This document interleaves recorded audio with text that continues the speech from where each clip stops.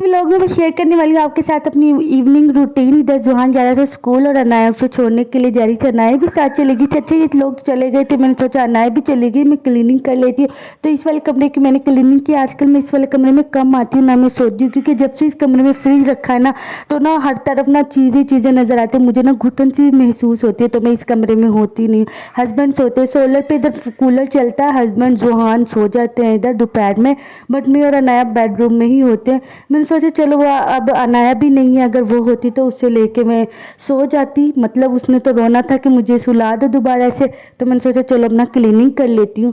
और मैंने इस वाले रूम की क्लीनिंग की, चादर वगैरह सेट करके झाड़ू लगा लिया था। और इसके बाद मैंने सोचा अब जब तक आएगी ना, ऐसा ही होता है जब बच्चे सो रहे हो या बच्चे कहीं गए हो, हम माओ को ऐसा होता है कि हम जल्दी से अपना काम वाइंड अप कर ले। और इसी तरह मेरे अंदर भी एनर्जी आई थी। जब मैं सो के उठी थी ना, मुझसे उठा ही नहीं जा रहा था। मुझे ना नज़ला ना, उसकी वजह से मुझे बहुत ज़्यादा ना लेज़ी फील हो रहा था। और जब अनाया चली गई ना, मेरे अंदर इतनी एनर्जी आ गई कि जल्दी जल्दी से काम कर लो। वो चली तो गई है, चलो टाइम से काम भी हो जाएगा। 7 साढ़े 7 बजे जुहान का स्कूल लग जाता है। 7:15 पे, 7:10 पे आई थिंक वो लोग इधर से चले गए थे। उसके बाद झाड़ू वगैरह लगा के मैंने फिर नाश्ता तो मैंने आज साथ ही बना लिया था, ब्रेकफास्ट जब जुहान को बनाया था, क्योंकि मुझे पता था मेरी तबीयत ठीक नहीं, अगर मैं लेटी ना मुझसे उठा नहीं जाएगा। तो जब मेरी तबीयत ठीक नहीं होती मैं ऐसे ही करती हूँ। उसके बाद ये टाइम मैं आप लोगों को दिखा रही हूँ। मैंने खाना वाना खा के चाय वगैरह पी के ना, ये मेरी शलवार पड़ी हुई थी, इसको आज स्टिच किया। इस ड्रेस की फाइनल लुक ना आप लोगों को मैं कल दिखाने वाली हूँ, क्योंकि मैं इसे कल पहनूंगी तो आप लोगों को कल ही दिखाऊंगी। और ये भी स्टिच हो गई थी। लाइट इधर चली गई थी, पसीने से मेरा बुरा हाल हो गया था, और ऊपर से मुझे भूख भी लगने लग गई थी, इतनी ज़्यादा भूख लगने लगी थी। उसके बाद मैंने सोचा ये अनाया की ना जुहान की एक जीन्स पड़ी है, जब ये छोटा सा था ना तब ये हनी बनी ब्रांड से बाबा लेके आए थे। इसने एक दिन भी नहीं पहनी, क्योंकि ये इसको ना बहुत ज़्यादा लूज थी। मैंने सोचा इसका ना अनाया को शॉर्ट बना लेती हूँ। तो मैंने इस तरह से ना खूबसूरत से अनाया के शॉर्ट बनाई, इधर लेस लगा के। और पीछे आप लोगों को बच्चों की आवाज़ आ रही होगी। मेरा ये है कि मैं जल्दी से वॉइस ओवर कर लूँ व्लॉग पे, क्योंकि फिर बच्चे बाद में तंग करते हैं, इसलिए मैं जल्दी जल्दी वॉइस ओवर करी दे। ये देखो मैं इस जीन्स को कट करूँगी। पहले मैं सोची थी ऊपर नीचे रखे ना, इसको कटिंग कर लेती हूँ।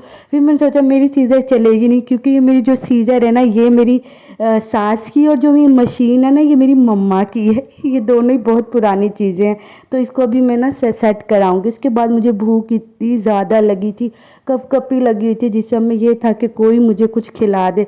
कोई क्या ही खिलाता। फ्रेश हुई, कपड़े वगैरह चेंज किए, क्योंकि जब भी इंसान बोर हो रहा हो ना, और उसका दिल ना लग रहा हो काम में, तो सबसे पहले अपने आप पे तवज्जो दे। मैंने अपने कपड़े चेंज किए और फिर मैं आ गई किचन में।